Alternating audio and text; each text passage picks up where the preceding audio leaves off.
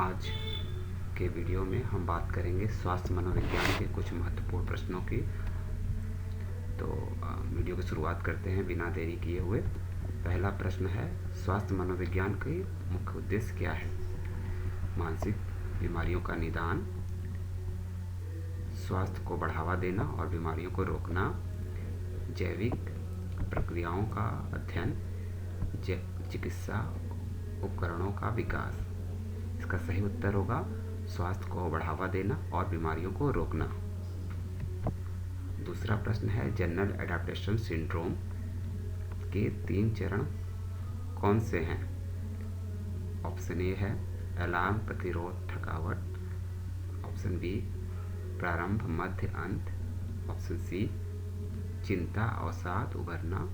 Option D उत्तेजना, प्रतिक्रिया, विश्राम। तो इसका ऑप्शन ए सही होगा, अलार्म स्टेज, रेजिस्टेंस और एग्जॉशन या थकान। तीसरा प्रश्न है, जैव मनोसामाजिक मॉडल यानी बायोसाइकोसोशल मॉडल किसके लिए जाना जाता है?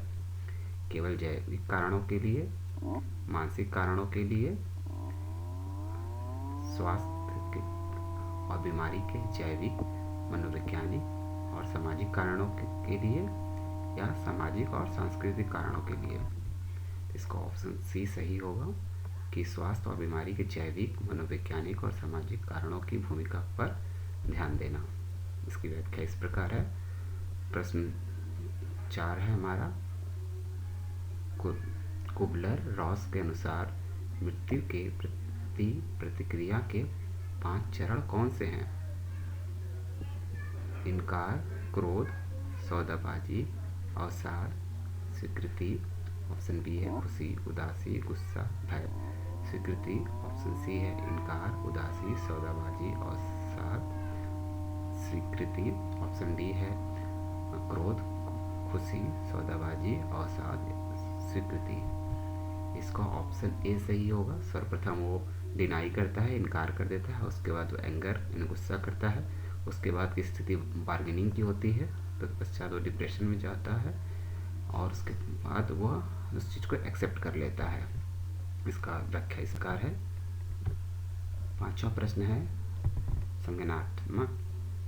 संज्ञानात्मक पुनर्गठन कॉग्निटिव रिस्ट्रक्चरिंग का उपयोग किसमें किया जाता है? तनाव प्रबंधन, अवसाद उपचार, पुराने दर्द प्रबंधन, उपरोक्त सभी में। तो इसका ऑप्शन डी सही होगा, उपरोक्त सभी में कॉग्निटिव रिस्ट्रक्चरिंग का उपयोग किया जाता है। 6वां प्रश्न है, व्यसन या एडिक्शन के विकास में कौन सा न्यूरोट्रांसमीटर महत्वपूर्ण भूमिका निभाता है? Serotonin, dopamine, noradrenaline, glutamate. इसका ऑप्शन बी सही होगा, डोपामिन। इसकी व्याख्या इस प्रकार है। 6वां प्रश्न है, पुरानी बीमारियों क्रॉनिक इलनेस से ग्रसित व्यक्ति के मनोवैज्ञानिक अनुकूलन के लिए कौन सी रणनीति प्रभावी है? समस्या केंद्रित दृष्टिकोण, सामाजिक समर्थन, तनाव प्रबंधन, उपरोक्त सभी। इसका भी ऑप्शन डी सही होगा, उपरोक्त सभी क्रॉनिक इलनेस के मनोवैज्ञानिक एडाप्टेशन में मदद करती है। 8वां प्रश्न है, तनाव का प्रतिरक्षा प्रणाली पर क्या प्रभाव पड़ता है? आपका इम्यून सिस्टम मजबूत करती है। ऑप्शन बी कमजोर करती है। ऑप्शन सी कोई प्रभाव नहीं पड़ता है। ऑप्शन डी केवल सकारात्मक रूप से प्रभावित करती है। इसका ऑप्शन बी सही है, इसका तनाव का आपके इम्यून सिस्टम को कमजोर करती है। 5वां प्रश्न है, बच्चों में मोटापा रोकने के लिए सबसे प्रभावी रणनीति क्या होती है या क्या है? तो शारीरिक गतिविधि को बढ़ाना, पोषण शिक्षा, स्क्रीन टाइम को सीमित करना, सभी। तो ऑप्शन डी उपयुक्त तरीकों से हम बच्चे को मोटापा से बचा सकते हैं। 10वां प्रश्न है, तनाव प्रबंधन के लिए माइंडफुलनेस बेस्ड स्ट्रेस रिडक्शन जो टेक्निक है किसने विकसित किया? जॉन कबार्ड-जीन, कुल्वर रॉस, हंस सेली, अस्टेनबर्ग। तो इसका जॉन कबार्ड-जीन ने इसको विकसित किया था। 11वां प्रश्न है, बर्नआउट सिंड्रोम किससे संबंधित है? मानसिक थकान, शारीरिक थकान, कार्य से संबंधित तनाव उपरोक्त सभी। इसका उपरोक्त सभी आंसर होगा। बर्नआउट में व्यक्ति शारीरिक, मानसिक और कार्य से संबंधित तनाव देखा जाता है। 12वां प्रश्न है, ट्रांस-थ्योरेटिकल मॉडल का कौन सा चरण व्यक्ति के व्यवहार परिवर्तन में संकल्प और योजना को दर्शाता है? चिंतन, तैयारी, क्रिया, निर्वहन। इसका जो प्रिपरेशन यानी तैयारी का स्टेज है। प्रश्न 13 हमारा है, प्लेसिबो प्रभाव को किससे संबंधित माना जाता है? जैविक उपचार, व्यक्ति की विश्वास प्रणाली, शारीरिक व्यायाम, औषधि का प्रभाव। तो प्लेसिबो इफेक्ट व्यक्ति की विश्वास प्रणाली से संबंधित माना जाता है। 14वां प्रश्न है, सामाजिक संज्ञानात्मक सिद्धांत में व्यवहार परिवर्तन का मुख्य घटक क्या है? सेल्फ एफिकेसी, सोशल सपोर्ट, जैविक प्रतिक्रिया यानी बायोलॉजिकल रिएक्शन और प्रेरणा की कमी। तो आत्म प्रभावकारिता, सेल्फ एफिकेसी इसका उत्तर होगा। 15वां प्रश्न हमारा है, HIV संक्रमण की पहचान के लिए कौन सा परीक्षण किया जाता है? X-ray, ELISA, CT scan, MRI। तो ऑप्शन बी सही है। एलिसा टेस्ट HIV संक्रमण की पहचान के लिए किया जाता है। 16वां प्रश्न है, एड्स रोगियों में मनोवैज्ञानिक समस्याओं के प्रमुख कारण कौन से हो सकते हैं? सामाजिक कलंक, चिंता और अवसाद, अस्थिरता और अकेलापन, उपरोक्त सभी। तो उपरोक्त सभी एड्स के रोगियों में मनोवैज्ञानिक समस्याओं के कारण हो सकते हैं। कैंसर का मुख्य कारण क्या होता है? वायरस संक्रमण, कोशिकाओं का अनियंत्रित विभाजन, पर्यावरण प्रदूषण, आनुवंशिक परिवर्तन। कोशिकाओं का अनियंत्रित विभाजन को कैंसर का मुख्य कारण माना जाता है। 18वां प्रश्न है, निम्नलिखित में से कौन सा कैंसर का प्रकार नहीं है? कार्सिनोमा, सार्कोमा, मेलानोमा और न्यूरोसिस। तो इसका आंसर होगा डी, न्यूरोसिस। हम सभी जानते हैं कि न्यूरोसिस मनोवैज्ञानिक बीमारी को जाना जाता है।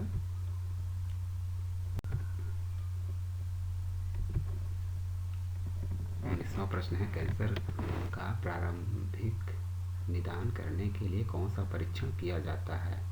Biopsy, CT scan, x-ray, blood sugar test. तो इसका आंसर होगा बायोप्सी। 20वां प्रश्न है, कैंसर रोगियों में मनोवैज्ञानिक हस्तक्षेप का उद्देश्य क्या होता है? रोगी की चिंता को कम करना, सामाजिक समर्थन प्रदान करना, जीवन की गुणवत्ता सुधारना, उपरोक्त सभी। तो मनोवैज्ञानिक इंटरवेंशन साइकोलॉजिकल इंटरवेंशन से सारी चीज़ें सुधरती हैं। टाइप 1 मधुमेह किस कारण होता है? पर्यावरण कारण, ऑटोइम्यून समस्या, अस्वस्थकर जीवन शैली, वायरल संक्रमण।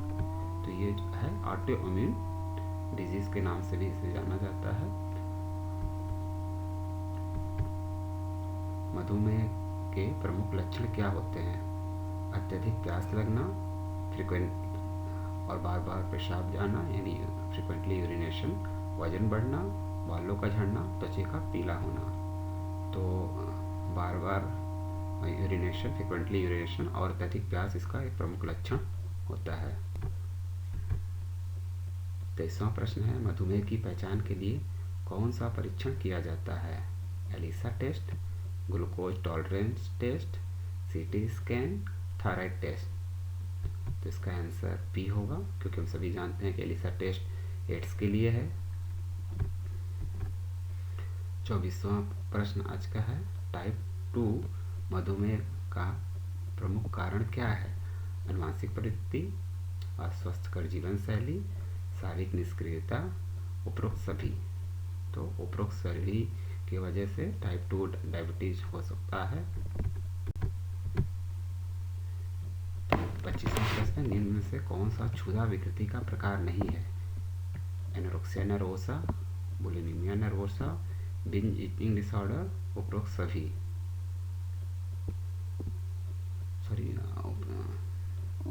तो इसके सभी आंसर होंगे। और विकृति कौन सा है?